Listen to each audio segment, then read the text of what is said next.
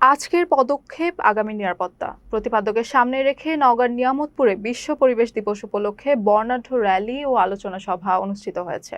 মঙ্গলবার বেলা 11টায় উপজেলা পরিষদ মিলনায়তনে ডাস্কো ফাউন্ডেশন, সিসিডিবি এবং ইকো সোশ্যাল ডিপার্টমেন্ট অর্গানাইজেশনের যৌথ আয়োজনে এই কর্মসূচি অনুষ্ঠিত হয়। অনুষ্ঠানে প্রধান অতিথি হিসেবে উপস্থিত ছিলেন নিয়ামতপুর উপজেলা নির্বাহী কর্মকর্তা মুর্শিদা খাতুন। বিশেষ অতিথি হিসেবে উপস্থিত ছিলেন উপজেলা কৃষি কর্মকর্তা রফিকুল ইসলাম, উপজেলা মহিলা বিষয়ক কর্মকর্তা রীতা রানী পাল, ডাস্কো ফাউন্ডেশনের প্রকল্প প্রকৌশলী মোহাম্মদ শামীম, সিসিডিবির এরিয়া ম্যানেজার হিউবার্ট বারোই এবং ইএসডিওর কোঅর্ডিনেটর কলি ইয়াসমিন।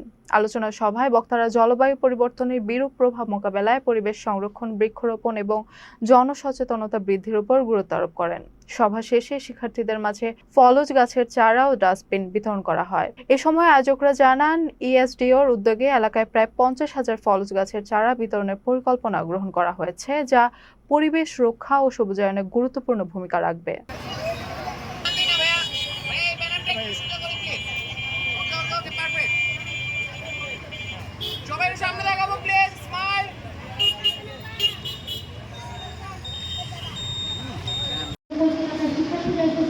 তোমাদের সবাই খুব শুভকামনা রইল।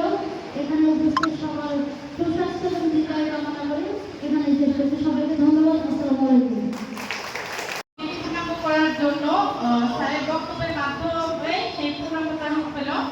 এবারে আমি সবাইকে রাখার জন্য পরিবেশ কিছু কর্মসূচি আছে, সেটা করা হবে।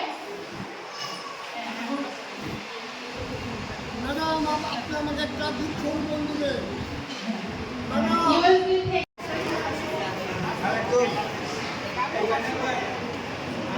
ভাই নিয়ে নাও, হাতে নিয়ে নাও, হাতে নিয়ে নাও তুমি।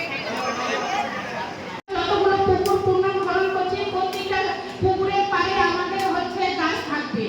আমরা বিশ্ব পরিবেশ দিবস উপলক্ষে রসুলপুর ইউনিয়নে 100 গাছের চারা সেখানে খেলা সহকারে এরপরে যতগুলো পুকুর পুনর্ভরণ করছে প্রত্যেকটা পুকুরের পাড়ে আমাদের হচ্ছে গাছ থাকবে।